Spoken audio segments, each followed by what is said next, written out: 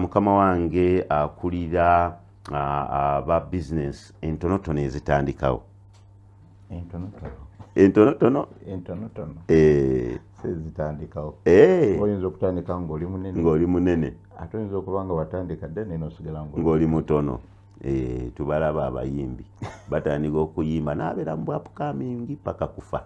Abatannakikuba nammwe bulijjo mukiinayo mu zi bizinensi. Oyinza okugitandika ng'olina essuubi. Naye olabiraawo ng'olemedde mu ntono eyo. Era buli omu atandika nga alina ekigendererwa kyakugejja. Yes. Nga bw'ozaala omwana nga muto naye ng'ajja kuvaamu akule afuuke omusajja omunene. Yes. N'olabiraawo ng'akonye. Olusitakona olusayinza okusalawo okusigala bw'ati. Kisoboka. Primary school bw'etandika ate abaana bayita tefuuka secondary ekituufu. Batubulizeeko abalabi baffe aba KTV. Abatuwuliriza awamu n'abatulaba mwenna tweyanza okubeera nammwe era tusanyuse nnyo okubalaba nammwe okutulaba. Amannya nze Daudi Busuula Javiira ng'era nkolera mu kitongole kya Uganda Small Scale Industries Association nga Finance and Administration Manager. Era ekitongole nga kikumaakuma awamu n'okwogerera bannamakolero abatonotono okusobola okubatumbula ng'era tukkiriza nti Uganda okukula erina kuyita mu makolero naye wabula tusobola okukula ne tuyita mu makolero naye nga tutandika n'amakolero amatonotono. Awo nno tuwaayo obudde n'amaanyi gaffe okulaba nga tutumbula amakolero amatonotono gasobola okuvaamu amakolero amanene ate ng'ekigendererwa kyaffe kwe kuba nga tukuza Uganda eyawamu. Weewaawo. Amiina. Assistant RRC ntebe eri etya mukama wange tukwaniriza nate akabuliriro trade order ebadde kuli bize. Nsanyuse okubeera wano muganda wange. Ntwala omukisa guno kulamusa ku bannayuganda bonna abatulaba n'abatuwuliriza. Njozaayeza bonna abafunye ebirungi batuuse ku birungi ate nsaasira abo bonna abafunye challenges wano ne wali. Nebaza omutesitesi wa program eno ne media house eno n'enteekateeka yonna eya Bishop Kiganda. Mwebale nnyo okuzimba Uganda mu ngeri ey'enjawulo. Lino ttafaali ddene bwe tujja ne tudisikasinga oluusi ne tusomesako ne tusomesa abantu abatulaba. Bwe bagamba embulire tefa yonna.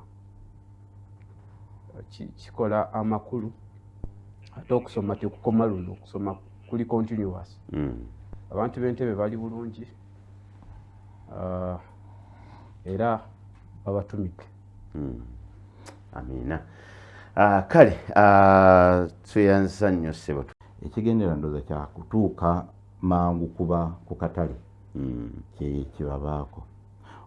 Nze ekintu kino newankubadde enkola gye kikolebwamu eyinza okuba nga yeetasanyusa naye omanyi bulijjo bagamba akugoba yakuwekuwera nga gono bwagambye nti oluusi wabaawo ekyetaagisa naye nga tunoonya engeri gye tunaakola ki gye kikolebwamu.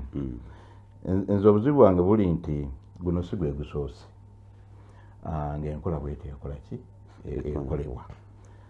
Era abantu baffe ndooza bakimanyiira bagamba baleke kibamuuka emyezi ng'esatu kijja gundi wano yali KCCA Jennifer yali ageze abantu bonna ng'abatereezezza naye waagira ekiseera nekikola ki nekikomawo. So nze ndowooza tulina okunoonyeza eddagala lwaki bagenda ne bakomawo ng'era ekimu ku ekyo ndowooza kiri nti bw'obagoba n'obasindika ate tobategekedde nti mujje mubeere wano oba mujje mubeere wano. So nze ndowooza nti gavumenti kyekula oba oli awo omwoyo mulungi naye ndowooza kyetaaga okutereezaamu okwo gye bagenda babe nti bw'oba obagjeeko tebajja kusobola kukola ki kukomawo mu mbeera eyo kubanga ddala waliwo abantu osanga nga bali ku kkubo ddala akatale kali ku kkubo. Waliwo n'abateeka obutebe mu kolas ne batuguza akatoga akawungeezi kakati nojja olaba ate embeera yaffe naddala ng'eya traffic mwe muli ebimotoka ebinene mwe muli emmotoka zaffe enkadde oluusi ejjabuukako akakono oluusi ne buleeki neekola neegaana n'ogambira ddala nti naye wano senga ddala kitwera kino ekindi emabega senga kibanga ekitaamuuko bantu nekiwaba abantu bameka wano abayinza okukola ki okukosebwa. So nze ndowooza nti oba oliawo ekizibu kino nga bwe tukitandise tuleme kukola nti kukyamuukirira naye tukole nga waliwo enteekateeka nga bwe tuba tubateeseteese ne bagamba wano muveewo naye mudde wano. Nze ndowooza nti ekyo kijja kukola ki kijja kuyamba. Kati emisolo ku byamaguzi nga tugenze ku misolo gavumenti eteekateeka emisolo mingi nnyo gye gavumenti kyegirooza okukyusaamu naye waliwo gyogamba nti gino gyegisinga oba oliawo tukwatako directly oba oluusi n'omuntu gyayinza okutegeera amangu okugeza nga omusolo ku mafuta nti gavumenti eteekateeka okwongerako siringi 2 ku musolo okuva okusinza kwezo zebadde ekuŋŋaanya ku mafuta. Omanyi mu buli ngeri yonna tewali yagala kusasula musolo naye ate kijja nti toyagala kusasula musolo naye ate gobanja gavumenti nti tukolere kino tukolere kino tukolere kino. So nga ate ne gavumenti newankubadde eyagala obikola ng'ate erina ssente kuzijja mu musolo naye ate erina okutunuulira nayo gyekola ki gyezijja.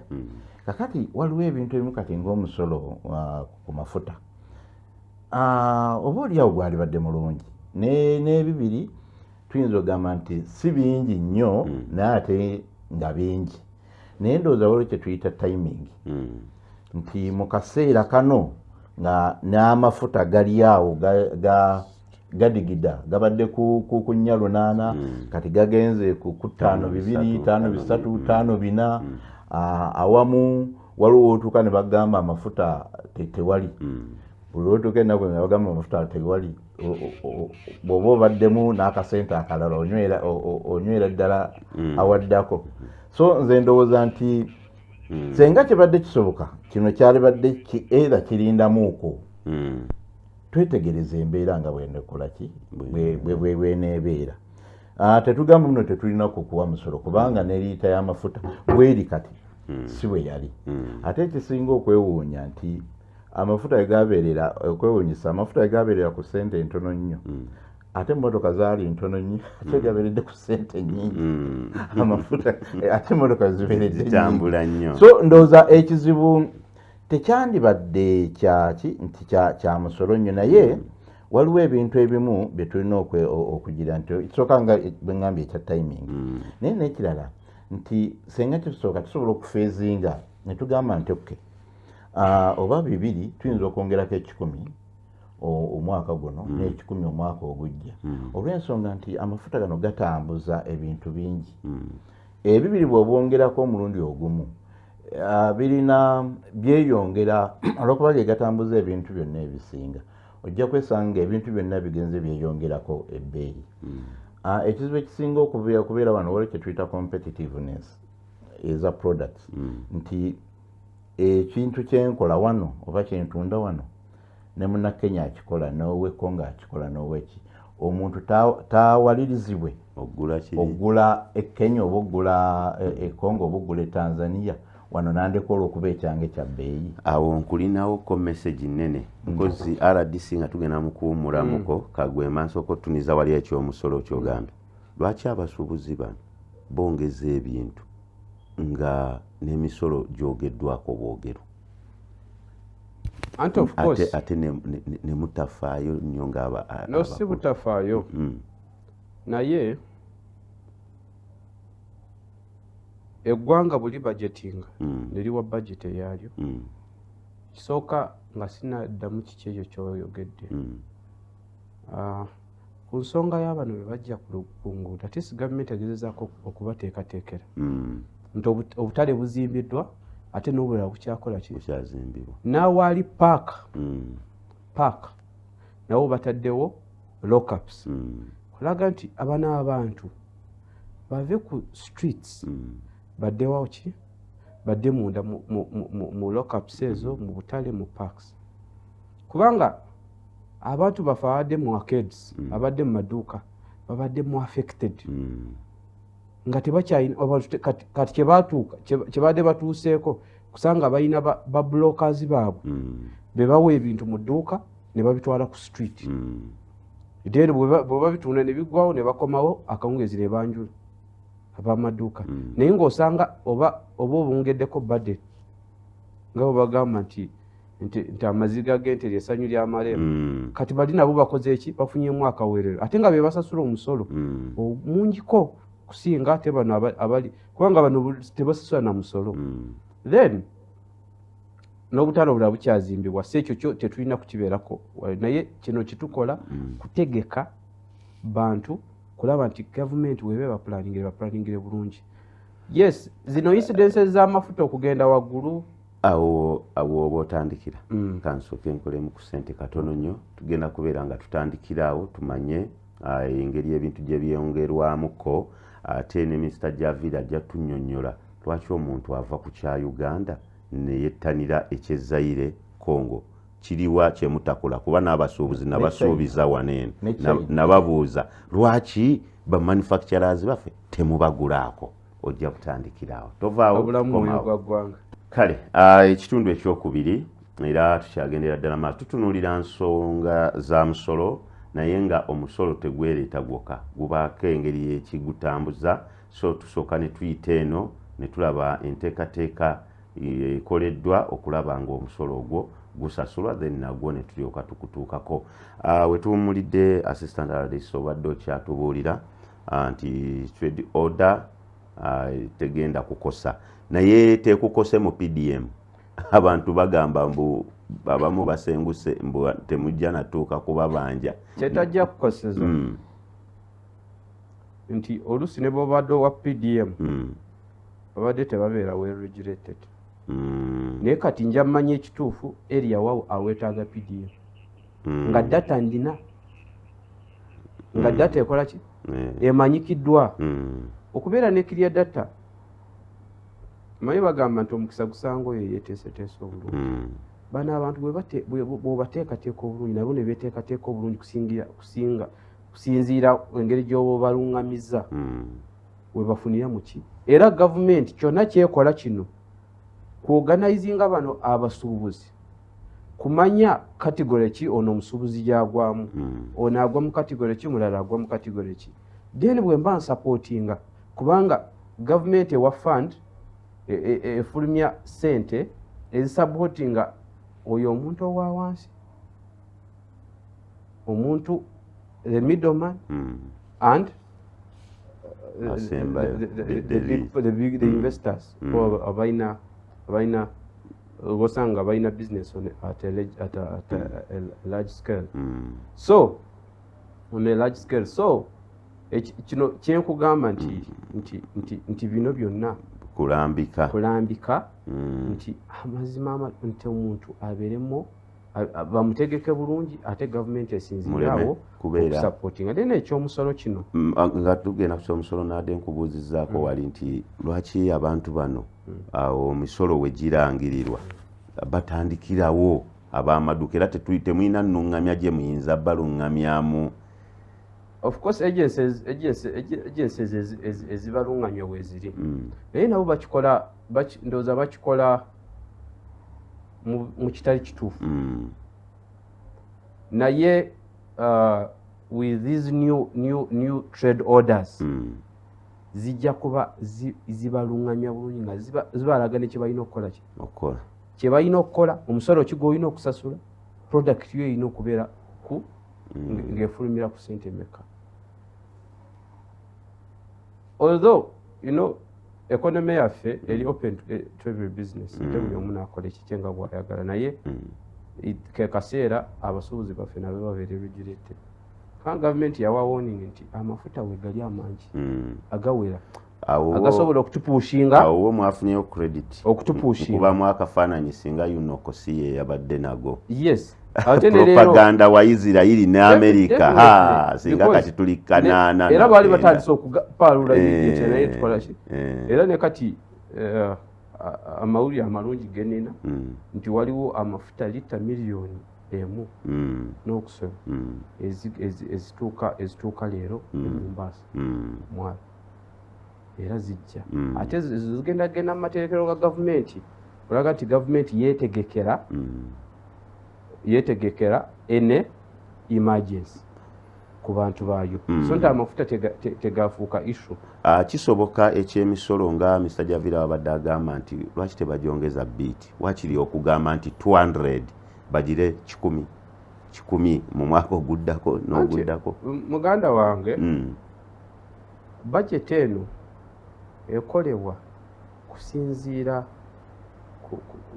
ku byetaavu byaffe oba ku targets zaffe wawe tugenda nga bwe nkugambye nti targets we twatandikira si we tuli ate ne gye tugenda nawo wakola ki ate zino budget zibadde zikolebwa of course zo zikolebwa ekolebwa kusinziira obwo obudde bwegenda okukola ki okuyitiramu n'okubeera used mu ggwanga ate waliwo ebijja tebikoze eki tebiraze yes nebijja nabyo nebijja naye nemulaba engeri gye mukiharmonizinga ne mukihando so naye ffenna twalibadde twembracinga ate nga tusupportinga eggwanga lyaffe kubanga target eggwanga kyeaimingako oba gavumenti kyeaimingako ng'ekulembeddwa President Yoweri Kaguta Museveni egezaako okulaba nti tutuuka ekiseera nga eggwanga lyaffe twetengeredde nga temukyewola nnyo nga tukyewola nnyo kubanga bw'ogezaako okulaba bw'olaba emisolo egyaleeteddwa n'abakozi kusinziira ennyingiza y'abakozi abo bwe babagerekese omusolo gwe bakoze eki gwe balina okufuna nti bw'obiraba byonna n'ogatta ku bakozi be tulina nze sijja kuwulira bubi nnyo nga nkola ne banzijjako omusolo gwa percentage 30 kubanga nkimanyi nti gavumenti ya Uganda employinga abantu abatasukka mitwalo nkaaga out of 45 million Ugandans. So waliwo muganda wange oyo ali eyo avudde mu ssomero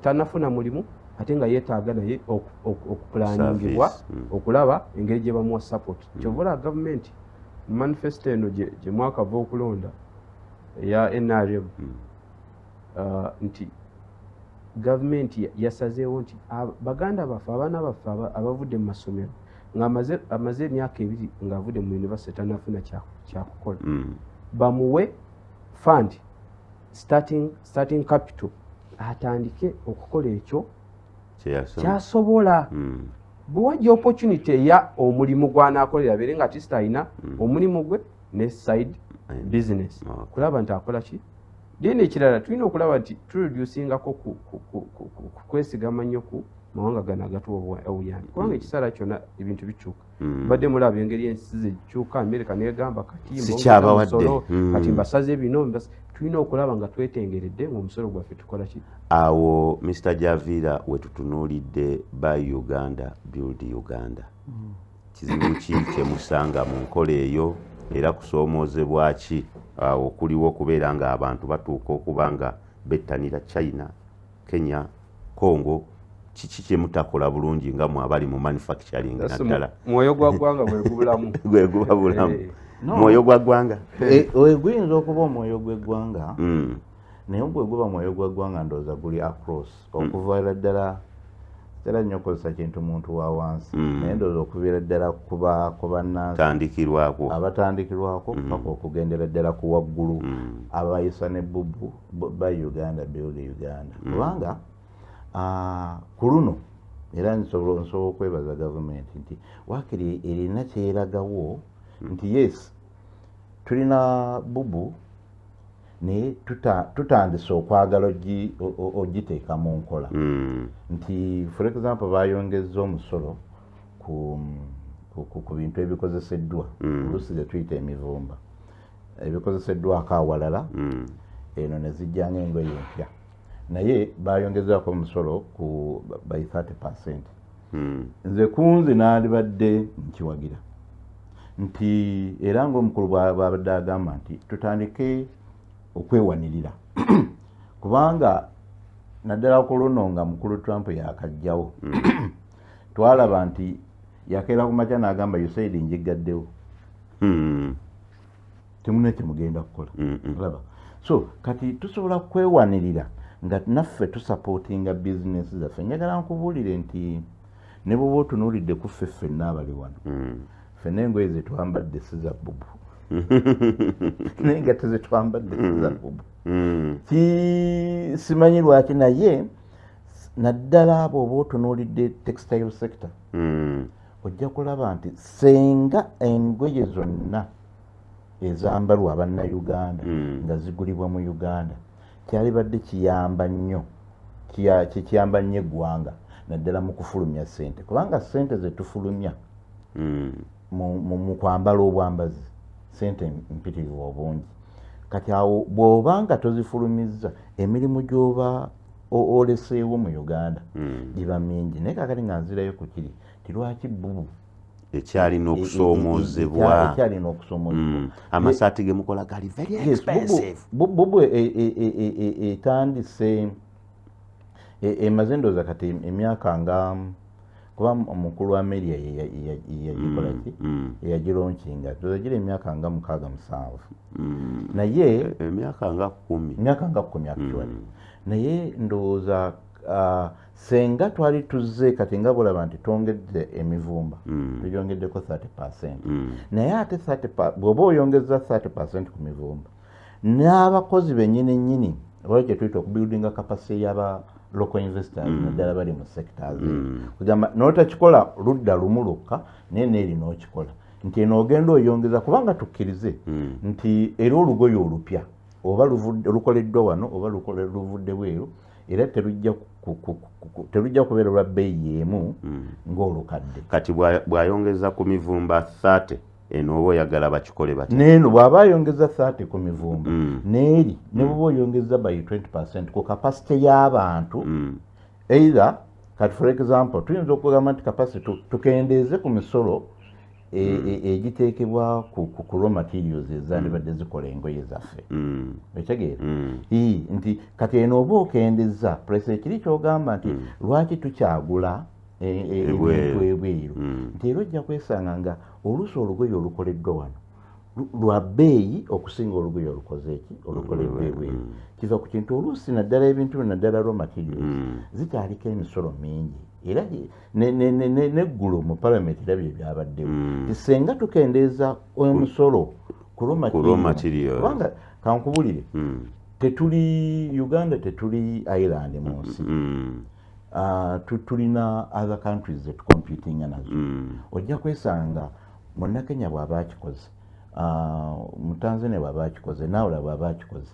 nti omuntu ayanguyirwa okugenda wali awali ebbeeyi entono so nekitegeeza nti tukyalina okukola ku competitiveness eya products zaffe okuzimba enguudo ne infrastructure kikulu nnyo nti president nawulidde ayogera ku kyaleirwe ne water transport ebyo byandibadde byebimu ku byandibadde byanguyiza ennyo okusala ku bbeeyi y'ebintu ebikolebwa wano nti amafuta kubanga amafuta kati n'oggaleeta eno era gajjira ku ki ebimotoka gavumenti eneetera bigoba pipeline yayogerako kati gwe mwoyo omukulu gw'abadde agamba okutuuka wano balekeraawo ebimotoka gwe mwoyo gw'eggwanga omukulu gw'abadde ayogerako nti bwe tutuuka awo then tujja kutandika okugamba nti essaati eno bw'ebanga ya mutwalo gumu ekoleddwa wano ya mutwalo gumu ey'ebweru ya mutwalo gumu n'ekitundu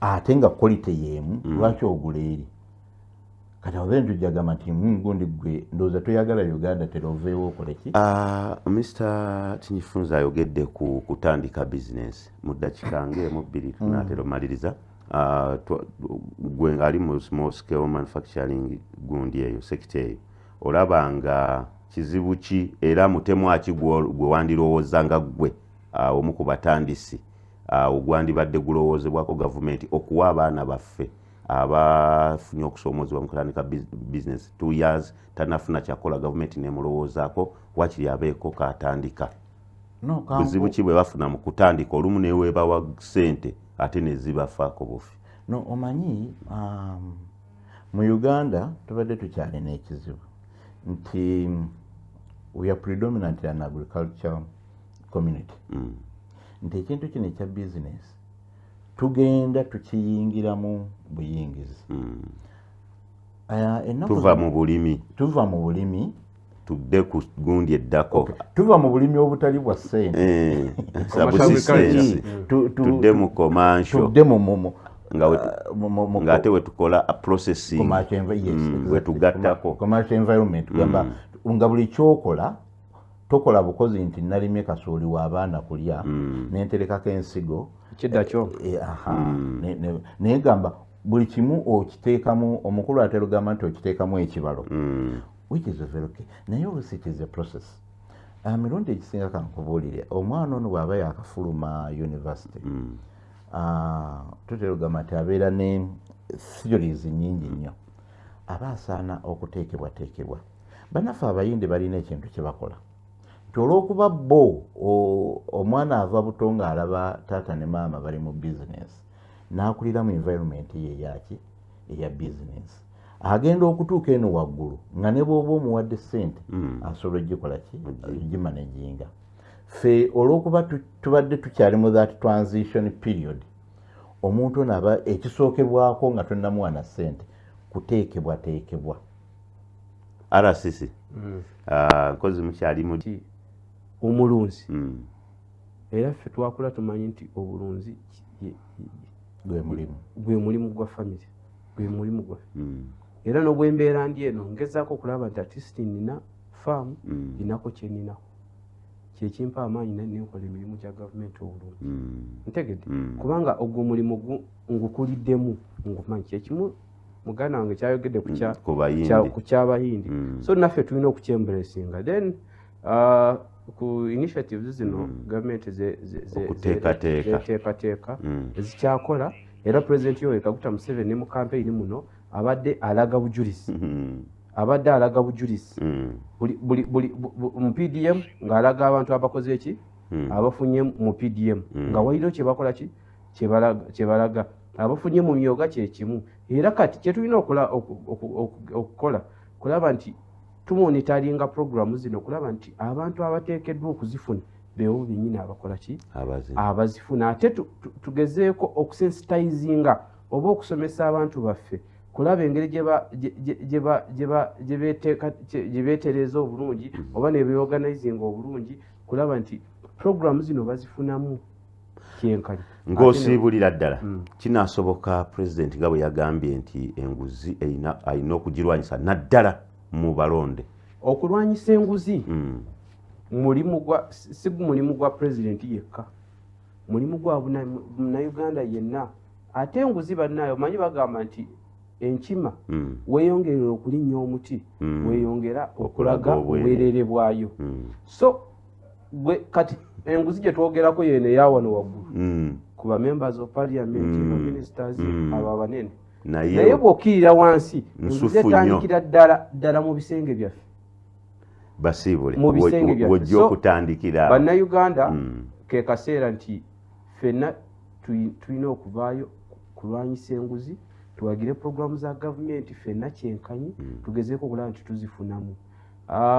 Ke kaseera kano kyembasaba kulaba nti Abannayuganda ffenna wetuli tulabe nti programu za gavumenti tuzenyigiramu butereevu, ate tweteekateeka bulungi kulaba nti buli pulaani ya gavumenti ezze tezze kulwanyisa muntu naye ezze kuteekateeka obulungi kulaba nti obeerawo ofuna kasente mu nsawo, obeera bulungi, tuzimbe eggwanga lyaffe.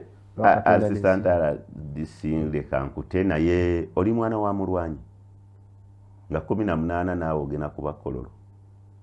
Abaana b'abalwanyi bonna bamukwata mundu. Nja kubaayo ng'Omunnayuganda. Ali patriotic. Mr. Javira Tusibule ale naawe otunulamu ng'omwana w'omulwanyi.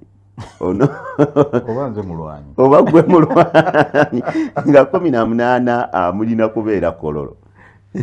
Tujja kubeerayo. Ono amina. Naye waliwo okulaliriza akadde kampeddeko siibula busiibuzi tunakukyaza olulala. Kale Bannayuganda ekisooka tweyanzizza okutuwuliriza, okutuwa akadde kano ne mutuwuliriza. Oba oliawo si ffe bamanyi nnyo abasinga, naye Mukama atuwadde ekisa nti tuba tusobola okubaako nekitwogera ate namwe ne mutuwuliriza. Akadde bakanyimye naye oba oliawo Katonda Joseph ajja kikolako alitusobozesa ne tuddamu ne tuwayaamu. Kale bannange mbeebazizza nnyo okutuwuliriza, ate pozi nange njagala kukyongerako nti newankubadde bye tukola mu Uganda biyinza okuba nga si bya mutindo nnyo nga ebyebweru, biyinza okuba akabeeyi keeyongeramu, naye ekikyo kyekikyo tubyagale waakiri twefiirize olw'eggwanga lyo. Kyagala n'omutindo ogezaako kulaba nti okiteekako obutindo. Ekyo kyekijja kuba n'ensi ze twegomba era tezatandikirawo. Ate nazo zirina ebicupuli. Era ngenda okuwulira oyambadde kitaiwa. Era bagenda ne babijjayo ne babiyitawo. Kakati tusooke twagale ekyo ekyaffe. Mpola mpola tujja genda nga tukola ki. Ne ekyo bwe tunaba tetukyagadde ne bye twegomba, era tojja kufuuka mu Amerika, tojja kufuuka mu China, tojja kufuuka ani.